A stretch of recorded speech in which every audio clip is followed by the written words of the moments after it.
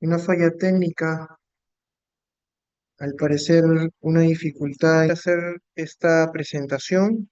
Son temas muy interesantes, así que vamos a tratar de que esto sea lo más comprensible posible.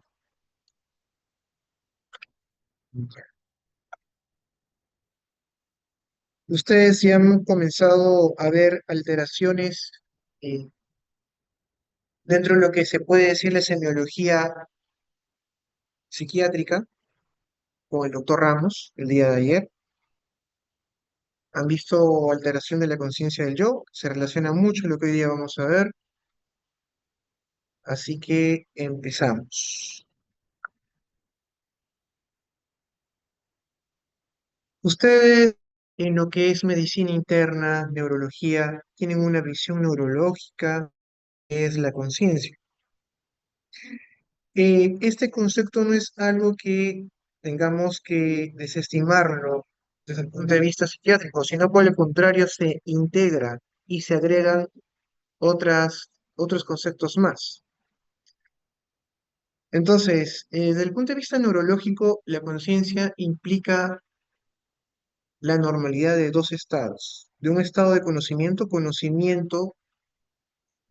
y un estado de vigilia. El estado de conocimiento es el entendimiento, la comprensión de las cosas, de las vivencias, del contenido que tiene nuestra conciencia, del darse cuenta de lo que tiene. La vigilia, el estar despierto. ¿Con qué? De comprender y comunicarse con el entorno. No obstante, que la persona esté vigil, esté despierta para que esta comprensión se lleve a cabo. Si es que la persona no está lo suficientemente despierta, y ahí vemos posteriormente lo que son los niveles de conciencia, por más que la persona quiera comprender, captar eh, algo que sucede, un objeto que se le presenta, no va a ser posible que lo pueda obtener. El conocimiento de las cosas está relacionado principalmente con la corteza frontal,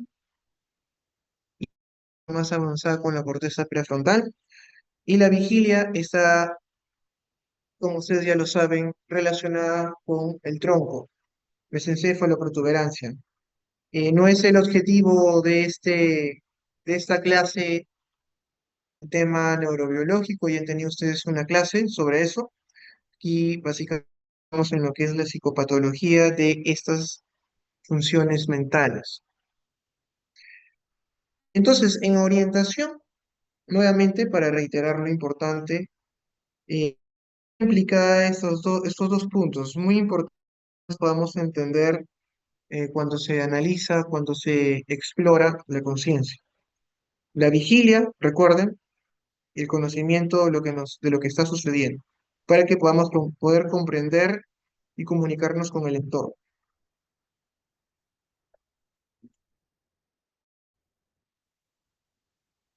Por supuesto, yo les decía, cuando la conciencia está funcionando y cuando una de sus características, la vigilia, está presente, los niveles de conciencia, o mejor dicho, la conciencia en sí misma, está funcionando plenamente, pero hay momentos en que estos niveles, en donde se constituyen, se construyen niveles de conciencia, grados, mermados, disminuidos, y estos niveles de conciencia, pues, a lo que es el coma, como se puede observar ahí.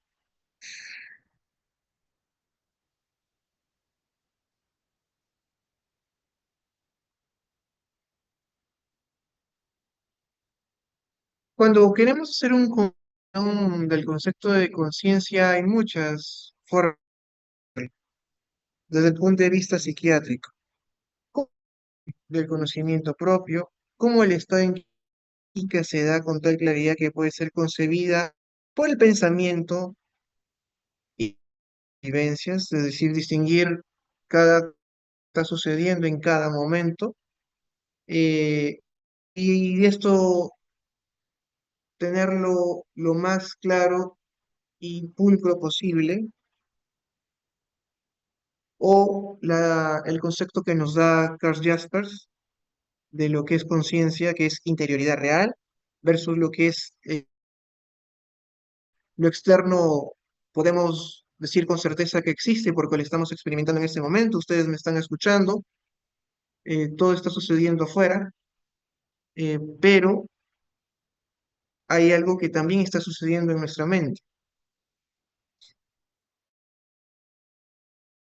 Una forma de poder concebir es tener una definición entre lo que es el sujeto y el objeto. El sujeto nosotros y el objeto cualesquiera, cualquier estímulo que se está presentando y se conforma como un objeto para nosotros, de la conciencia, por supuesto, y conocimiento de ella misma.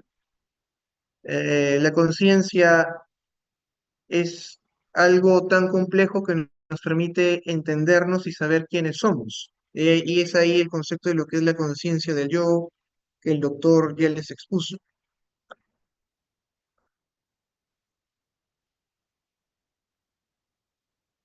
Y entonces hay varias definiciones, pero quizás una que nos puede ayudar mucho es esto.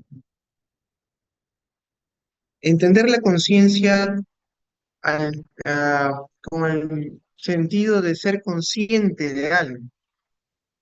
Hay conciencia conscientes de lo que está sucediendo, de lo que está pasando. Hay conciencia en el sentido de altas facultades que conforman esta conciencia, la atención, el razonamiento, el juicio. Hay conciencia como concepto de estados de conciencia, desde el mínimo hasta el estado actual en el que experimentamos la vivencia. Consciente e inconsciente, pues inconsciente pues haría referencia al cómo. Otra forma es ver la conciencia como el conocimiento subjetivo de la propia experiencia. Es decir, tenemos el conocimiento de lo que nos está sucediendo, no solamente externa, sino también internamente. Pero también por ahí surge otra acepción, que es la conciencia moral, que eso más religioso. ¿Y qué tiene que ver los valores que el individuo comparte con su cultura, con su religión? Claramente, la primera sección es la que solemos utilizar, la que está definida en la mayoría de textos, y pues aquí está. Conocimiento subjetivo de la propia experiencia, de los estímulos externos, sensoriales captados a través de los diferentes sentidos, y los estímulos internos, las representaciones que tenemos en nuestra mente, las imágenes que hay en nuestra mente, todo el mundo interno que transita en cada instante en el interior de nuestra mente. Pero ahora, cuando se habla de exploración de las funciones mentales, eh, hay que tomar en cuenta algunas cosas. ¿Por qué? Porque no es que las funciones mentales en sí mismas estén separadas. La intención de separar las funciones mentales es básicamente de aprendizaje. Todas las funciones mentales están interrelacionadas. Por supuesto que si se afecta una, es muy probable que de forma progresiva se vayan afectando el resto. Y si dentro de esas funciones mentales, las que más tienen interrelación son estas tres: la la atención y la orientación. Y la forma más didáctica en que podemos entender esto es a través de este ejemplo. Imaginemos que la conciencia es un escenario de teatro donde se va a hacer una representación teatral. La conciencia vendría a ser una representación que se va a realizar en un escenario de teatro. Por lo tanto, este teatro, que es la conciencia, tiene dos componentes. Uno que es la representación en sí misma, con los actores y con todo lo que, y todas las interacciones que en conjunto producen esta representación. Pero también tenemos el contexto en donde se desarrolla, la estructura, que es el escenario con la iluminación, con la decoración, con todo lo que conforma.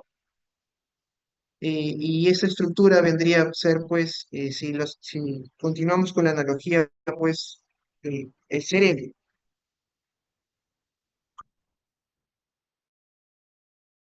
Entonces, si entendemos que la conciencia es un escenario en escena, una representación teatral, tenemos lo siguiente, que en algún momento nosotros vamos a enfocarnos, por ejemplo, en estos actores que están a la izquierda. Enfocamos nuestra atención únicamente en estos actores.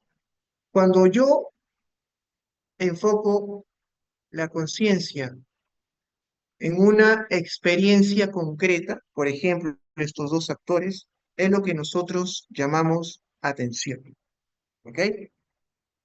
Pero no es suficiente, de repente, hemos enfocado específicamente a estos dos actores, pero queremos tener mayor claridad. Así que podemos solicitar que haya una iluminación de estos actores. Y eso es lo que sería, en términos psicopatológicos o en términos semiológicos, psiquiátricos, la lucidez mental. La lucidez mental es el máximo grado de nitidez de la experiencia que se está viviendo en un determinado momento. Es decir, con la atención nosotros hemos enfocado a algo determinado, a una parte específica de la vivencia que está sucediendo en un determinado momento. Pero decimos que esto es lúcido porque no solamente hemos enfocado no ciencia a esa experiencia en concreto, sino que intencionalmente, ahí agregamos la intencionalidad, y queremos captarla con todo lujo de detalles. Por eso que cuando nosotros observamos a nuestro paciente, eh, por supuesto, tenemos que ver si ese paciente se encuentra lúcido, si ese paciente se encuentra vigil, ya habíamos dicho que es decir, que esté despierto, no solamente vigil, sino también despierto. Y pues bueno, observamos con lujo de detalles la experiencia, en este caso los actores que están representando la obra. Entonces, dicho esto, bueno, y un último punto es la orientación. La orientación básicamente son las coordenadas. Las coordenadas, digamos, los argumentos que utilizamos nosotros mismos para ubicarnos respecto a algo. Por ejemplo, si queremos pensarnos respecto al tiempo, será la orientación. Si seguimos la analogía del escenario de teatro, diríamos que es la escena que está sucediendo hoy día, primero a esta hora. Si queremos orientarnos desde el punto eh, y, espacial, es la escena, es la obra que se está realizando, pues, diríamos, en surco, tiene lo que es, pues, la orientación temporoespacial. Y si queremos hablar de la orientación en persona,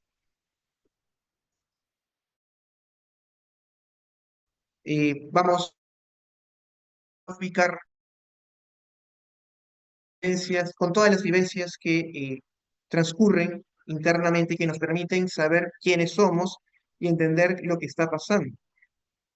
Dicho de otra forma, la orientación no solamente son las coordenadas, sino que a través de estas coordenadas nosotros podemos saber, podemos localizarnos en un momento, podemos localizarnos en un tiempo y podemos saber quiénes son.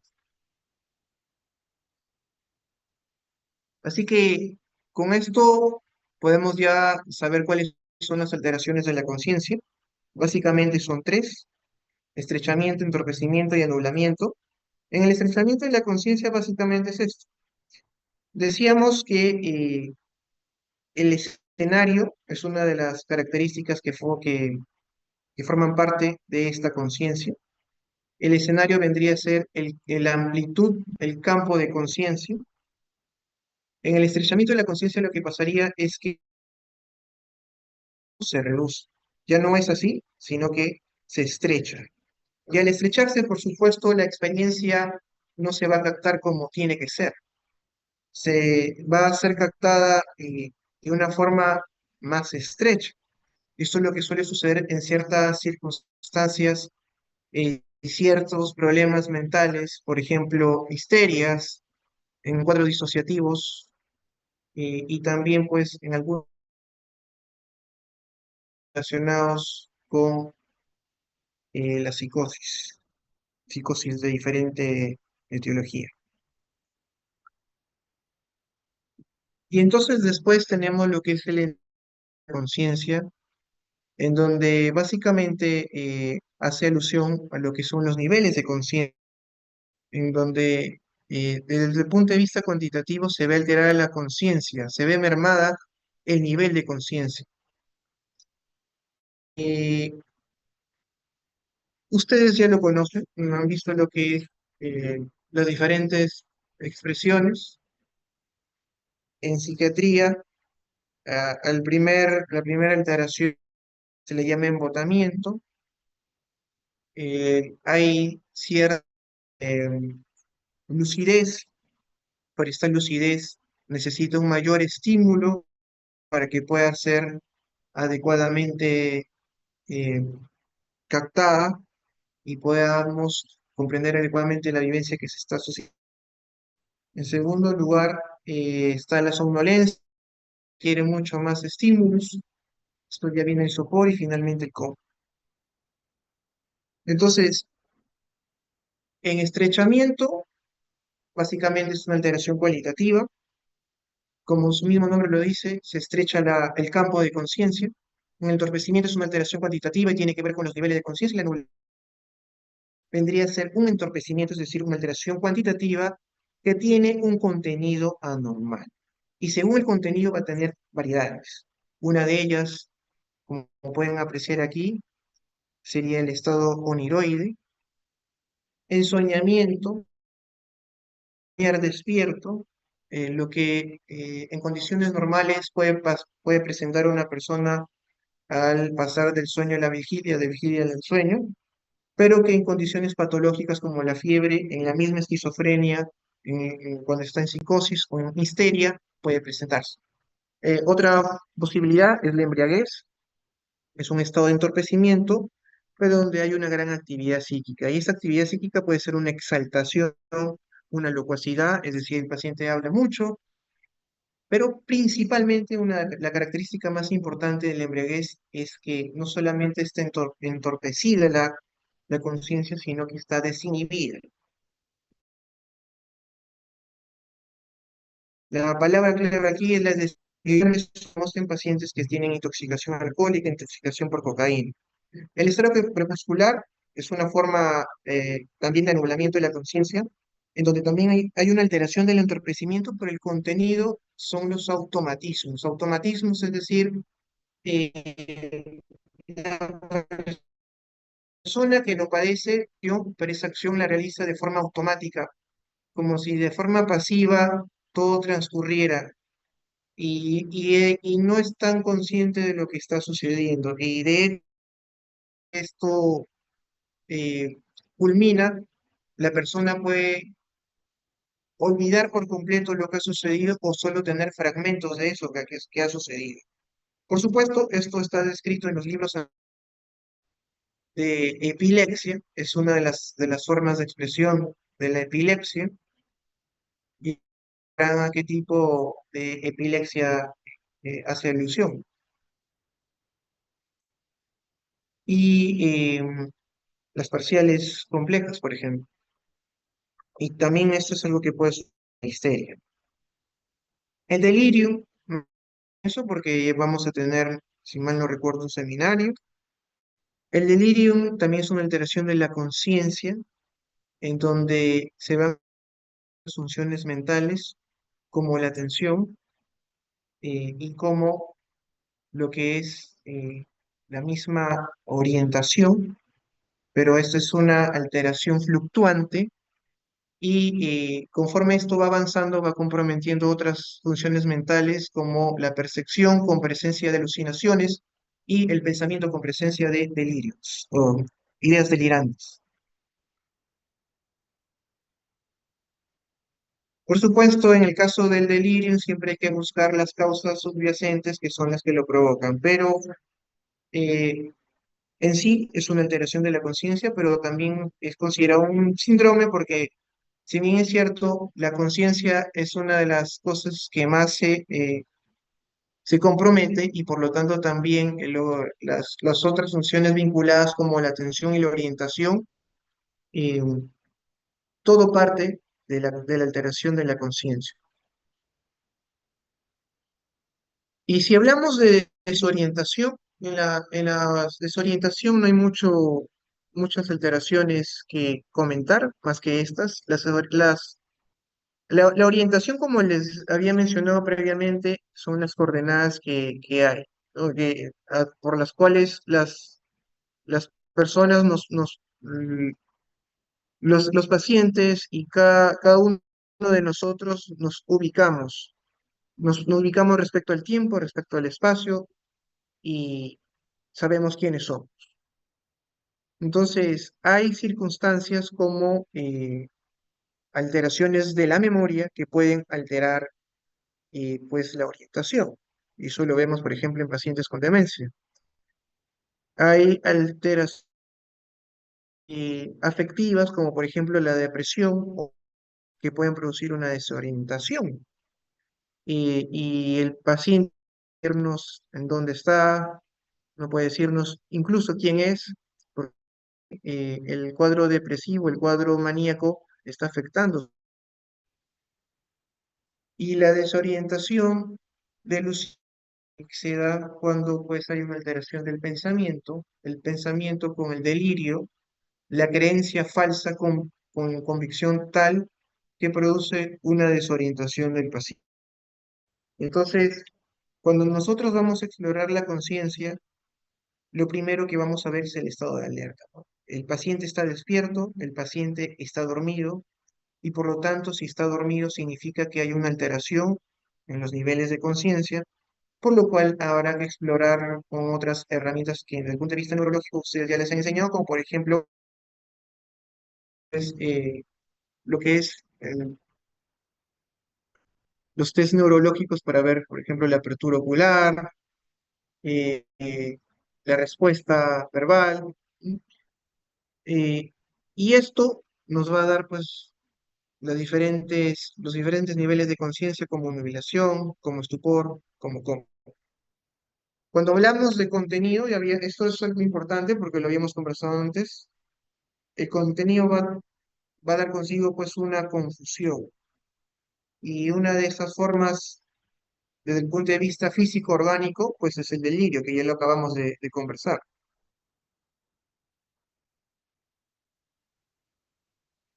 Pero en la exploración de la conciencia también tenemos otras formas, otras cosas que explorar. Bueno, esta es una forma que está en correlación a ello.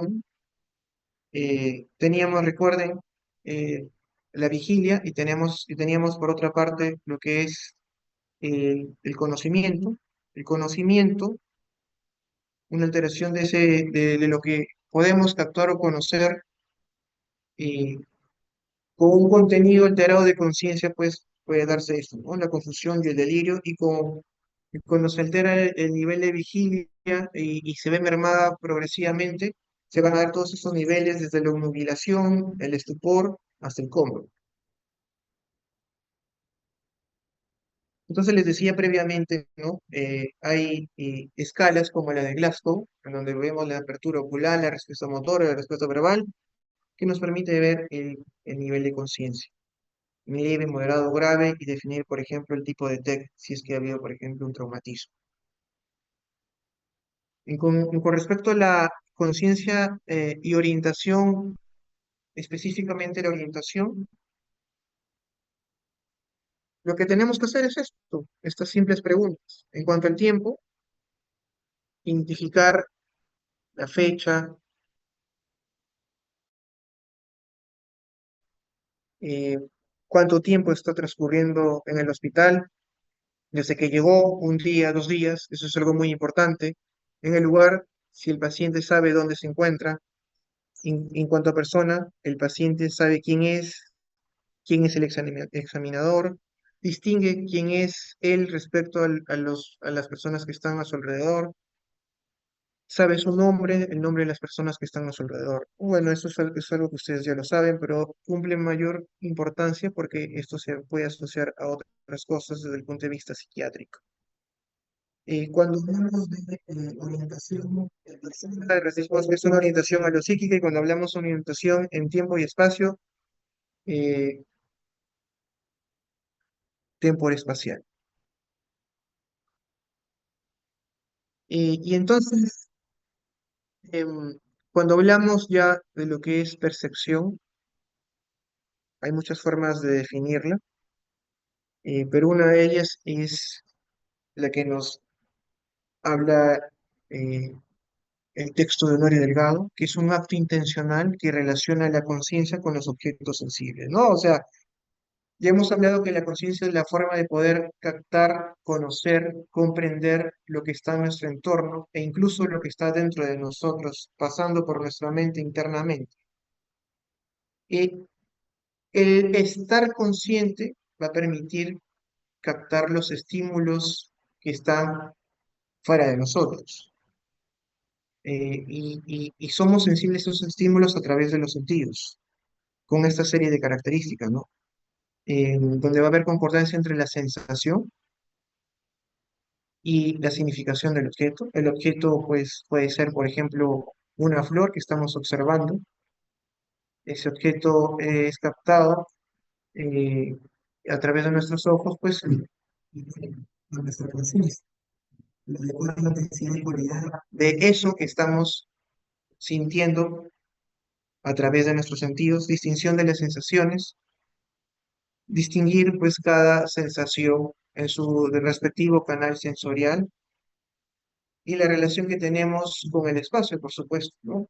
Cada sentido nos permite saber en dónde estamos, cómo estamos, lo que estamos haciendo. Eh, y quizás una de las más importantes es el ajuste de la sensación al estímulo.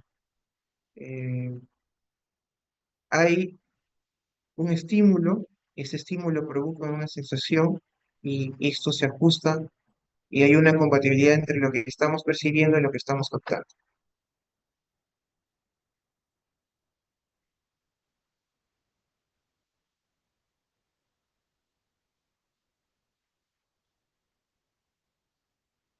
Eh, entonces, cuando hablemos de percepción, hay otras cosas que tenemos que tomar en cuenta, como son, pues, los órganos sensoriales, que ya lo había comentado, el receptor de este estímulo y la conciencia de este estímulo. Es decir, son las características necesarias para que nosotros podamos decir que se ha dado una percepción. Diferente a lo que es una representación. La representación, para que ustedes lo puedan entender así de simple, es, por ejemplo, un recuerdo. Ahorita yo les estoy diciendo algo, les estoy comentando algo y ustedes lo van a recordar. Y luego, al evocarlo posteriormente, eso es una representación. La imagen que tienen de algo que le han dicho, la imagen que tienen de algo que han visto, o de algo que han escuchado, o de algo que han tocado. ¿Sí? Entonces, pero para ser un poco más precisos, tenemos el estímulo luminoso, que es el estímulo, aquí nos dice el concepto, de la acción física que afecta la superficie de nuestro cuerpo y que también puede comprometer la parte interna de nuestro cuerpo. ¿Cuáles son estos estímulos? La luz, el sonido, el calor, una acción mecánica que incide, por ejemplo, sobre nuestra piel. Y la reacción biológica frente a ese estímulo de excitación. Ante la luz, por ejemplo, que vemos que es muy intensa, vamos a cerrar los ojos. Ante un estímulo táctil muy agudo, por ejemplo, una aguja, vamos a retirarla. Eso ya ustedes lo han estudiado en fisiología. Pero aquí entendemos cuál es el concepto. ¿Por qué? Porque llegamos a lo más importante, que es el concepto de sensación, que es la conciencia de los fenómenos físicos que ocurren. Como ven, aquí hay una interrelación entre lo que definíamos como conciencia, entre lo que es toda la percepción. Si nosotros experimentamos esta vivencia, que es el estímulo, somos conscientes de esa vivencia y al ser consciente del fenómeno físico que está ocurriendo, es lo que llamamos sensación. Y luego, para poder hacer una distinción entre lo que es percepción y lo que es representación, aquí hay algunas características. Son corpóreas, es decir, significa que son objetivas, versus la representación. Les decía, representación, háganse la idea que es el recuerdo, no son objetivos, no podemos objetivizarlas, más bien no son captables fuera de nosotros, sino más bien internamente, y eso se relaciona con otra característica, que es la segunda. La percepción aparece afuera de nosotros. Ustedes en este momento escuchan mi voz y me pueden observar, soy alguien objetivo, porque me ven, y estoy en el espacio exterior. Pero si ustedes recuerdan lo que yo les estoy diciendo, no es el objetivo, sino subjetivo y está en el espacio interior. La percepción tiene un diseño determinado, con detalle, con lujo de detalles. Tiene frescura sensorial porque, pues, por supuesto, por donde sea captada, al escuchar mi voz o al verme, ustedes pueden distinguir pues que es algo que están captando en ese momento a través de sus respectivos sentidos. Y son constantes, no como un recuerdo, ¿no? Un recuerdo, ustedes lo evocan, pero en cualquier momento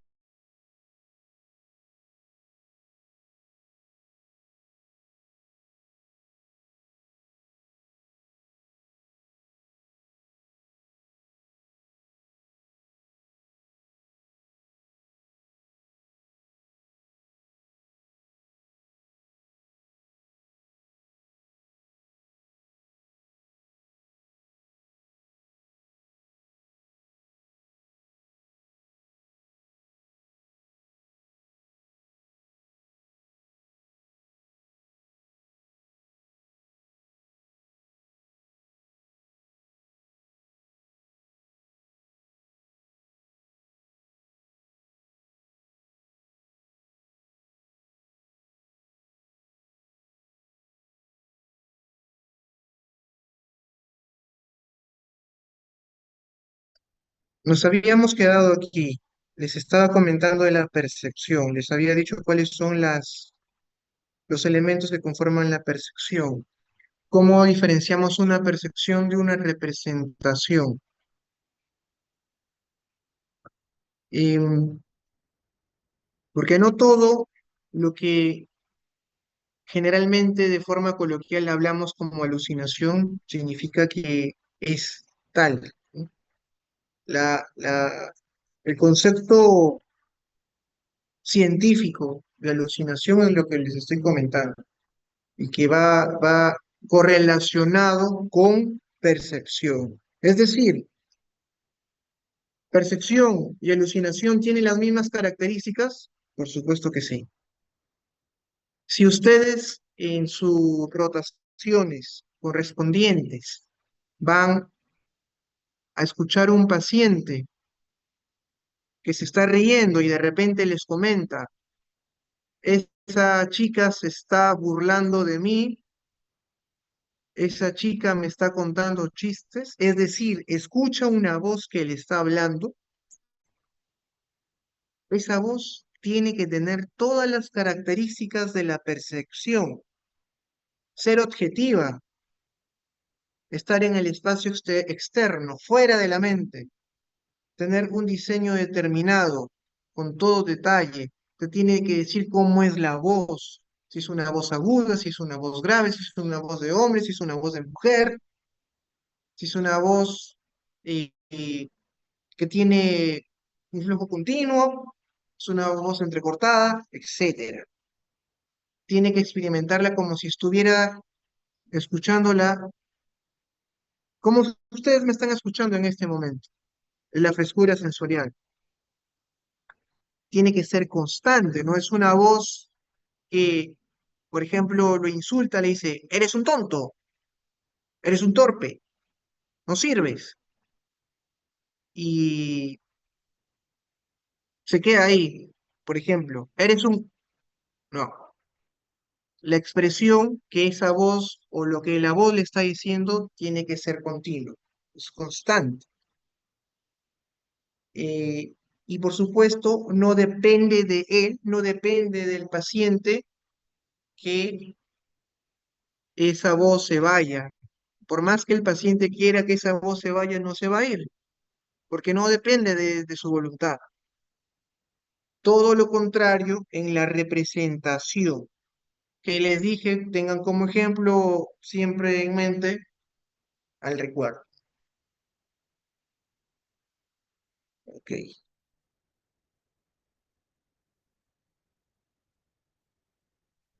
Entonces, en cuanto a las que son alteraciones de la percepción, ya hemos visto qué es la percepción, ya hemos visto cuáles son los elementos de la percepción, tenemos alteraciones de esta percepción. Y en la percepción, pues, las alteraciones van a estar relacionadas como desde el punto de partida, que es la captación de esta percepción. ¿Y cuál es la captación de esta percepción? ¿Dónde es el punto de partida? Por supuesto, los sentidos. La función perceptiva va a estar fallada. Si hay un fallo en la función perceptiva, se van a ver una serie de alteraciones. Si es en el caso de la visión, ceguera, de lo que es la audición, sordera, acusia, hipoacusia, olfato, anosmia, y así sucesivamente, ¿no? En la sensibilidad, que tiene sus matices como hipoestesia, anestesia, hiperestesia, y que eso es muy importante porque también puede acompañar en ciertos trastornos mentales. Por ejemplo, pacientes que son histriónicos, pacientes que tienen histerias, pueden transcurrir entre la hipoestesia, la anestesia y la hiperestesia, pero mayormente hipoestesia-anestesia. Es así que hay algunos pacientes que tienen el diagnóstico de histeria, pacientes mujeres que tienen diagnóstico de histeria, que partes de su cuerpo no tienen ninguna sensación, no tienen ninguna, no experimentan ningún dolor, por ejemplo, cuando se les coloca un alfiler. Hay un problema de la sensibilidad, pero también en lo que es las fallas perceptivas tenemos a las agnosis, es decir, no se conoce, no se reconoce algo que ya se conocía. Por ejemplo, en el caso de lo que es la óptica, no se reconocen los colores, los signos, los números. En lo que es lo acústico, no se reconocen las melodías, lo que es la música, los ruidos, las palabras. Y en el aspecto del tacto, no se reconocen los objetos al tocarlos. Y eso ya tiene pues fallas estructurales, ¿no? No obstante, es importante distinguirlas porque pues hay algunos problemas mentales que sí pueden tener estas alteraciones. Generalmente, una de las que más va a tener estos problemas es la histeria y en algunos casos también algunas esquizofrenias. Luego, la somatognosia es una forma de agnosia también, pero en la somatognosia tiene que ver con partes del cuerpo. Dentro de ellas está, por ejemplo, la autopagnosia, que es la incapacidad para reconocer partes del propio cuerpo, o la agnosia digital, nuestros dedos. Pero también está la prosopagnosia, que es la incapacidad para reconocer las caras familiares. Y esto es importante porque también lo vamos a ver en algunos pacientes con trastornos mentales y de repente uno de los casos más frecuentes es en las demencias, ¿no? Para ustedes que ya han llevado neurología, es muy frecuente que se presente prosopagnosia. Los pacientes con demencias de Alzheimer, por ejemplo, no reconocen ya cuando tienen un determinado tiempo de enfermedad la cara de sus familiares. Entonces, dentro de lo que son alteraciones perceptivas, también tenemos a las distorsiones perceptivas. Y estas pueden ser cuantitativas y pueden ser cualitativas. Las alteraciones cuantitativas son tres: disestesia, hiperestesia y porestesia. En la disestesia hay una alteración de la sensibilidad, hay una percepción molestia o dolorosa, es decir, eh, por ejemplo, a un paciente que tiene un problema mental como una histeria, lo tocan y el solo tocarlo le produce un dolor insoportable, que incluso lo hace llorar. Y ese estímulo táctil, pues al tocar con nuestro dedo a una persona no es normal que experimente dolor, ¿no? Salvo, obviamente, si tiene una herida, ¿no? La hiperestesia, sensación exagerada en intensidad, claro, es experimentar con mayor amplitud cualquier estímulo que estamos recibiendo o que estamos provocando en nuestro paciente. Y como se ve ahí, es más frecuente en trastornos neuróticos y en las manías. También podríamos aquí considerar a los pacientes que tienen personalidad histriónica. Hipoestesia es la percepción de estímulos con menor intensidad. Diríamos que aquí el umbral está mucho más alto, por lo que se necesita aumentar el estímulo, la fuerza del estímulo para que pueda ser captado por el paciente dicho estímulo. Y esto es lo que puede suceder en los pacientes con depresión. Un paciente con depresión, tú lo peñiscas, por ejemplo, en su estado melancólico, tú lo peñiscas y no le vale. Tú le colocas un alfiler, le puede doler, pero no mucho, la respuesta va a ser mínima. Y es porque pues justamente hay este tipo de problemas. Se pueden presentar este tipo de alteraciones en estos pacientes. En los estados conversivos también lo mismo, en los estados conversivos que forman parte del histerio. Pero también hay alteraciones cualitativas. Y una de estas alteraciones cualitativas es la sinestesia. Ustedes, hay varios documentales, incluso hasta películas en donde se muestra eso, ¿no? En donde un estímulo desencadena una percepción en un órgano sensorial diferente, ¿verdad? Por ejemplo, acústico visual. nosotros le damos, enfocamos o le mostramos color amarillo y pues para la persona es una nota do, la, lo que sea. Visoacústica.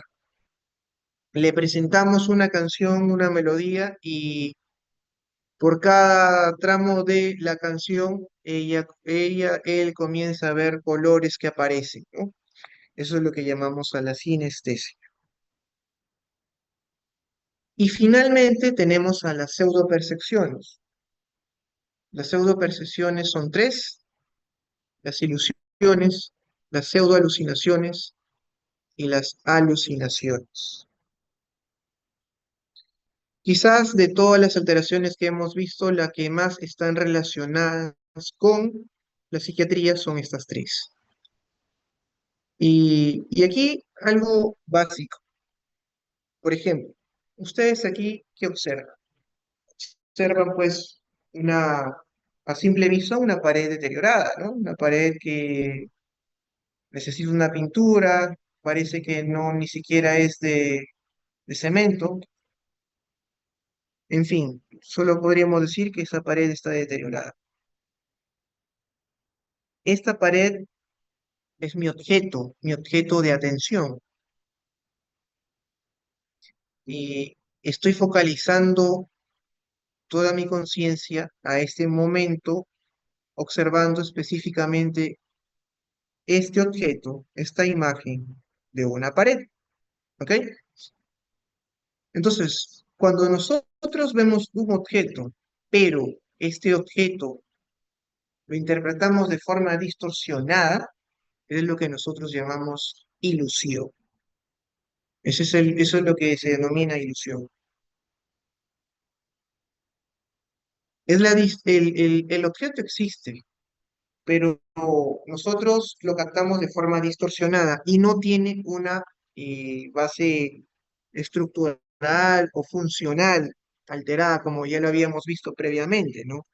Hay alteraciones perceptivas que tienen como base eh, subyacente una alteración de la estructura cerebral o del funcionamiento cerebral.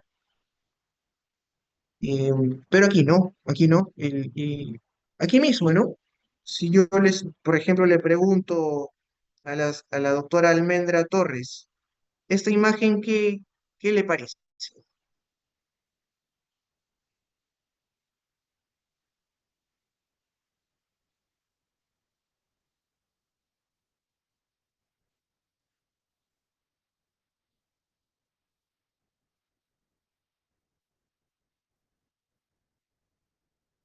A ver, le pregunto a la doctora Valeria, no está la doctora Almendra.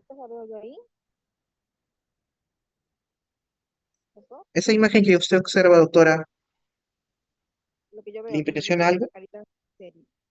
No le escucho muy bien, puede hablar un poco más alto.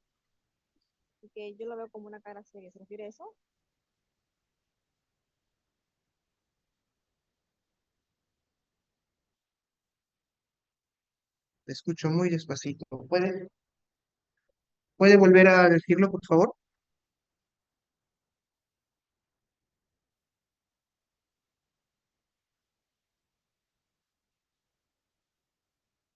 A ver, doctora Valeria, ayúdeme con esta imagen. Bueno, parece una cara por dos ojos y una boca. Ok, esto es interesante porque a simple vista, sin mucho análisis, diría pues que es una pared deteriorada, pero si lo comenzamos a observar más, efectivamente es lo que la doctora Valeria acaba de mencionar. Parece una cara, es más, parece que nos está mirando, ¿no? Y es más, la doctora menciona que dice que tiene un rostro, que ve un rostro, con dos ojos, aquí podemos delimitar que están los ojos y que está la boca, ¿no?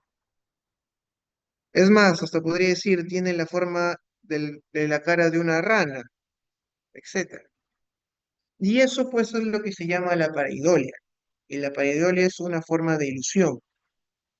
En realidad, ese rostro no existe, o no, es una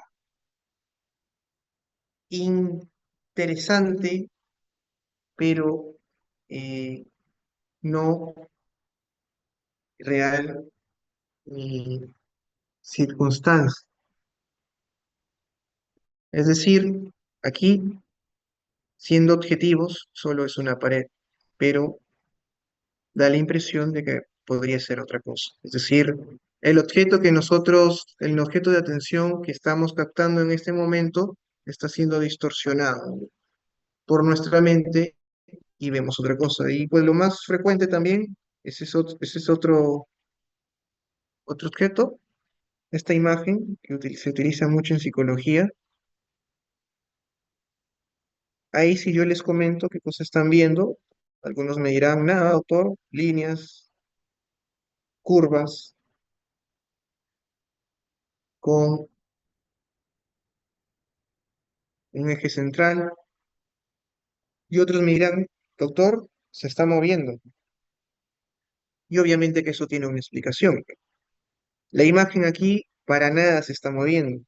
Eso tiene que ver con la capacidad que tiene nuestro sentido de visión de captar cada una de las imágenes que están presentándose en cada momento, ¿no? Pero la disposición que tiene específicamente diseñada nos hace pensar de que se está moviendo. Entonces eso es una ilusión. El objeto es existente, pero nosotros lo vemos de forma distorsionada. Ahí tienen que ver muchas cosas. Nuestros, nuestra experiencia previa, el conocimiento que tenemos sobre lo que estamos observando, incluso la influencia y el contexto en el cual nosotros estamos observando tal cosa. Cosa muy diferente a lo que es la alucinación. En la alucinación no existe un objeto. En la alucinación no hay ningún objeto para mi conciencia, para mi atención. Sin embargo, el paciente escucha una voz. Sin embargo, el paciente ve una persona, ve una silueta, ve un monstruo, ve un demonio y nadie más lo ve a su alrededor. Pero para él está ahí.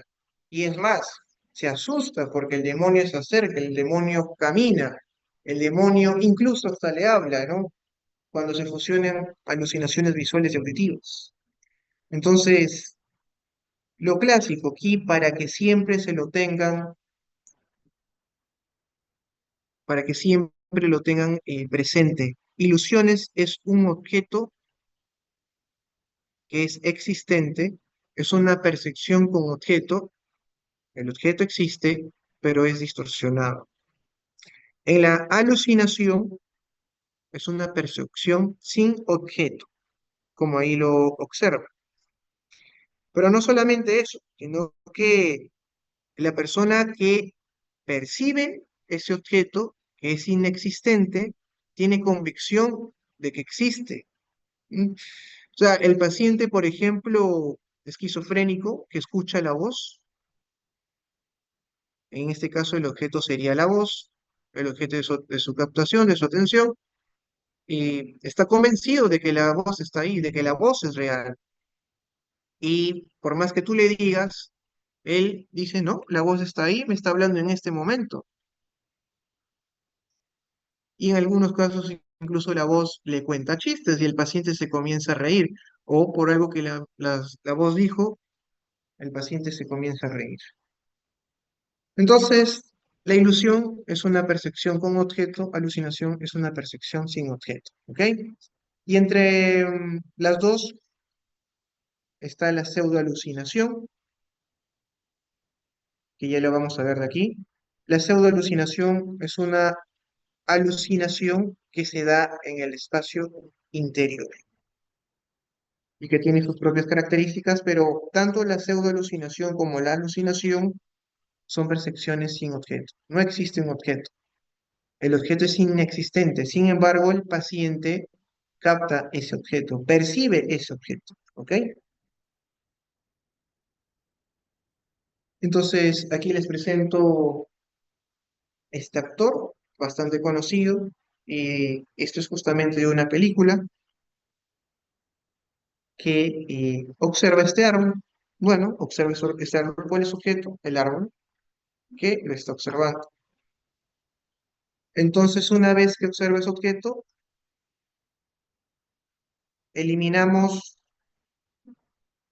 sacamos esto y o el paciente cierra sus ojos y pues tiene la representación de ese objeto, es decir, tiene el recuerdo de ese objeto, ¿no?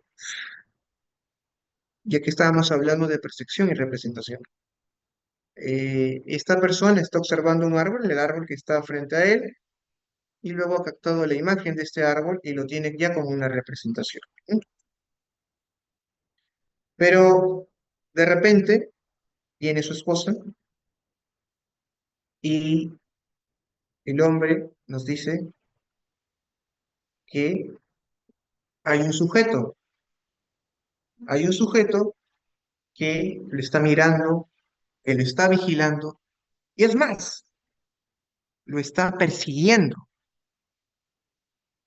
Entonces le dice, mira, cariño, ¿ves a ese hombre?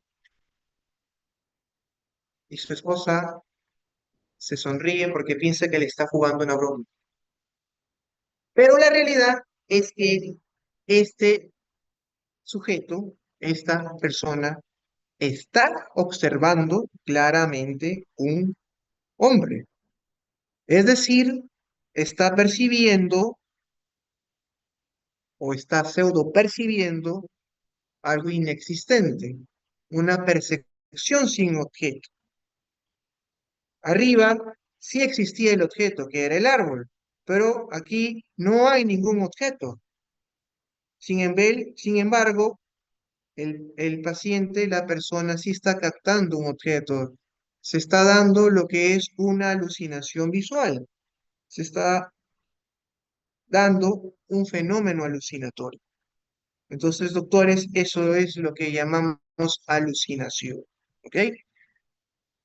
Una percepción sin objeto. Pero nuevamente,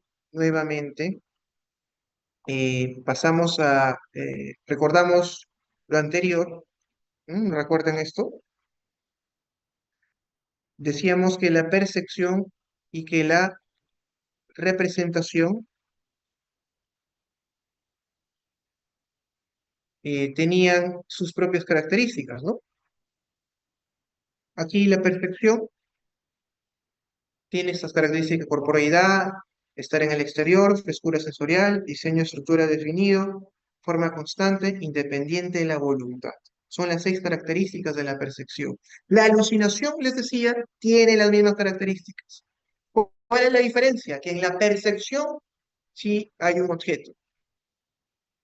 La voz, lo que vemos, lo que tocamos, pero en la alucinación no existe ese objeto, pero el paciente percibe ese objeto inexistente con todas las características de la percepción, tal como si fuera una percepción. Por eso aquí pongo percepción igual a alucinación.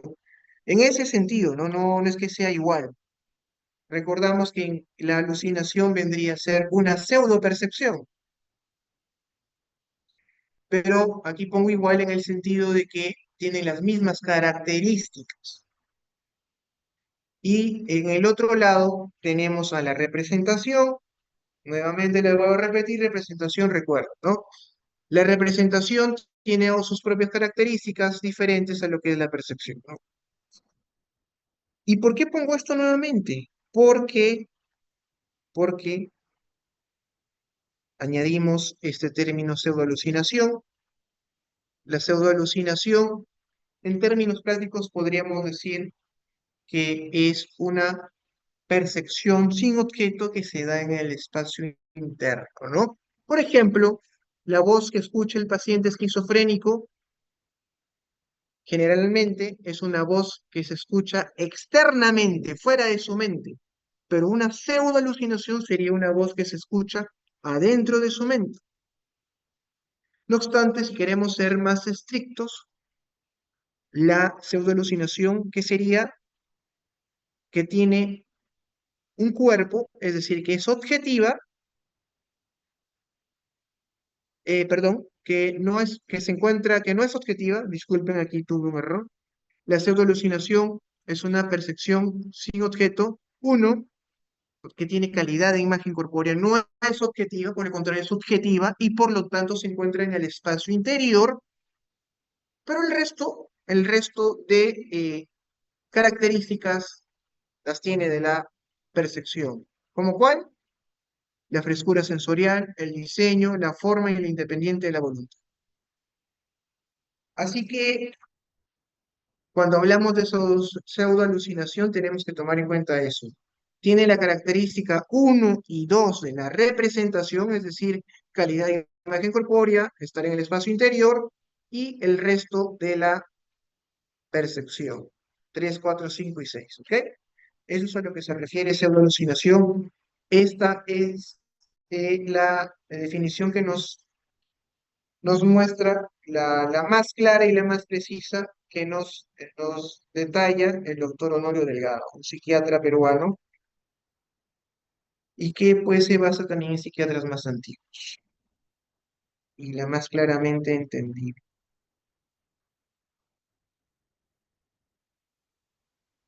Entonces, finalmente tenemos otros fenómenos alucinatorios, como las alucinaciones negativas, eh, cuando un paciente deja de percibir un estímulo real, en este caso, el estímulo existente, pero no ve o no oye o siente algo, o pues bueno, o siente algo existente cuando en realidad no existe.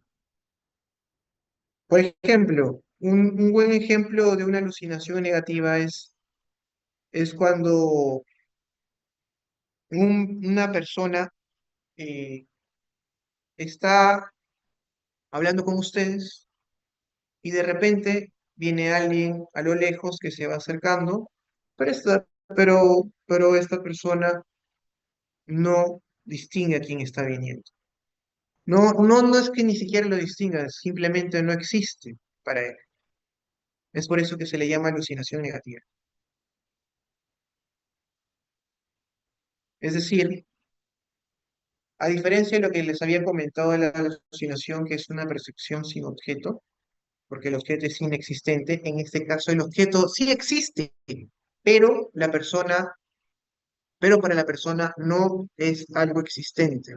Para la persona no es algo que sea captado porque simplemente no ve nada, o no oye, o no escucha nada, o no capta nada. Y la alucinación extracámbica. Las alucinaciones extracámbicas son percepciones experimentadas fuera del campo perceptivo.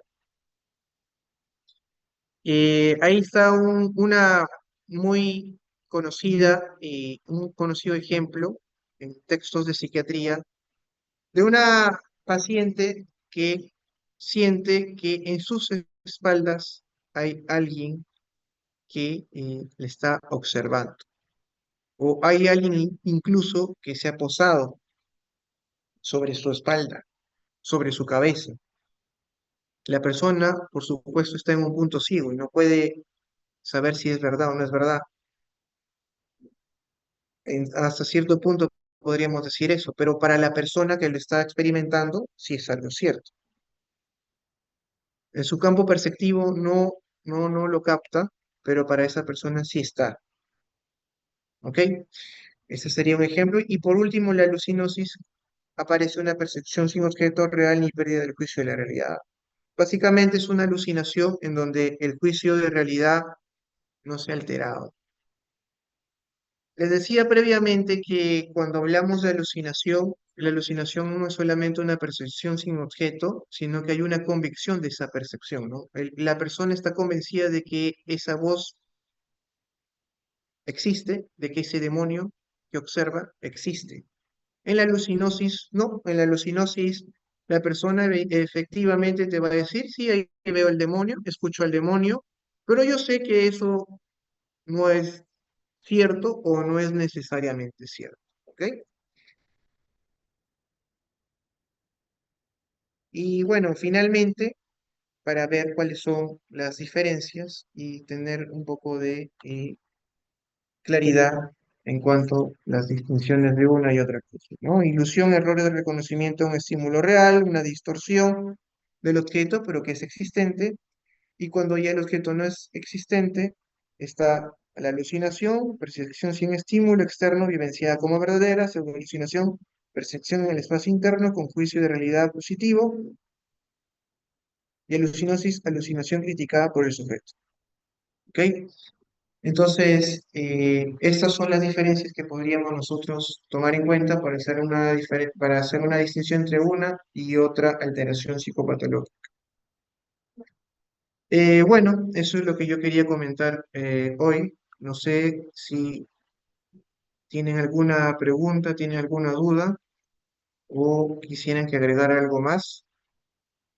Entonces, digamos que como conclusión tenemos, para hacer una recopilación, que la conciencia, como ustedes la conocían, era sola desde el punto de vista cuantitativo, que hacía alusión al estado de vigilia y el estado de conocimiento de las cosas que están sucediendo, de las experiencias que estamos experimentando y que nos permite tener un mejor conocimiento, comprensión e interacción con el entorno que nos rodea.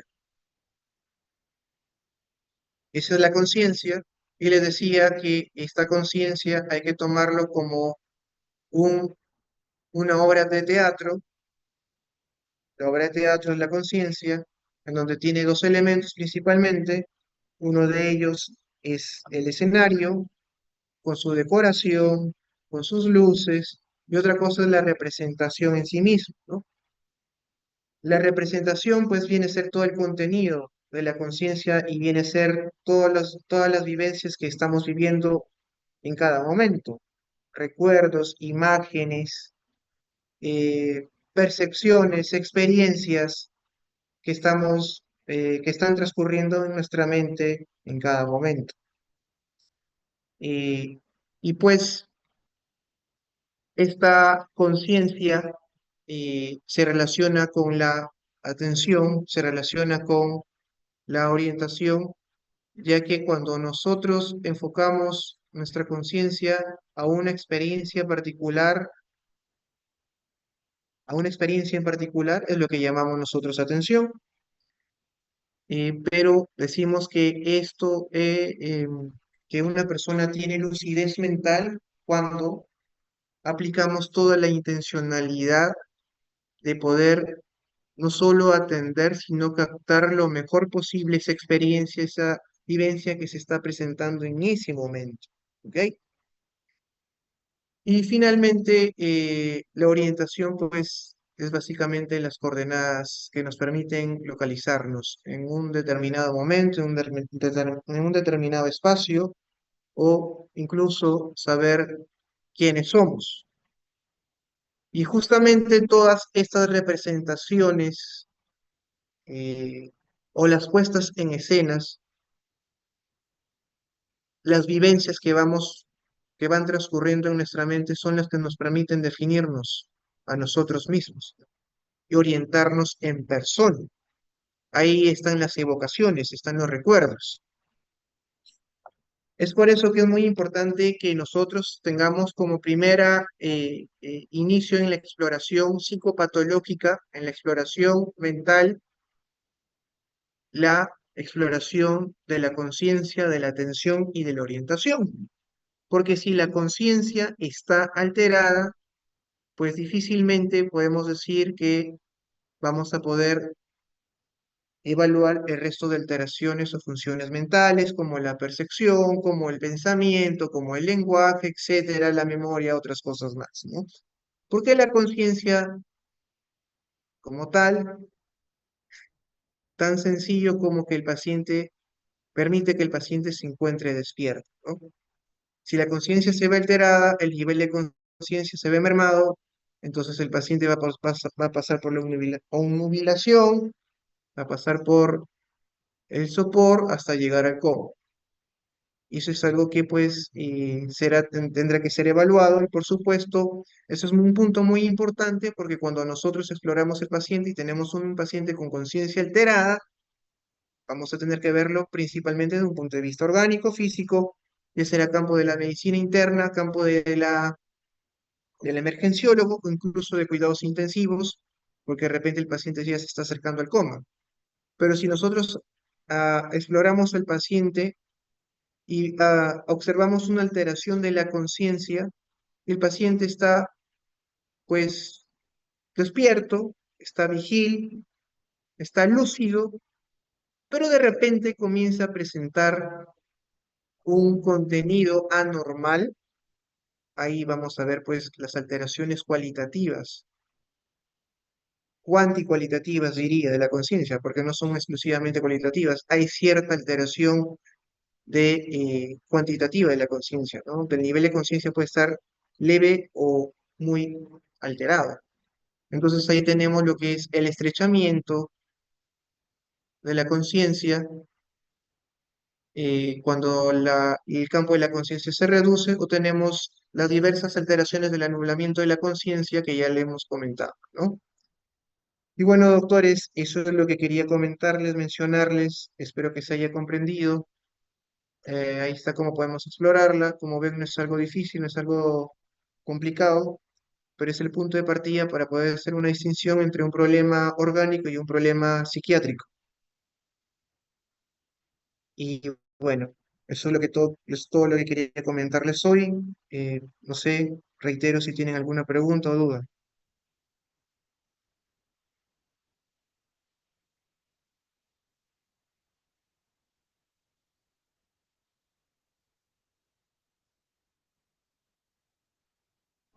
Todo claro, doctor.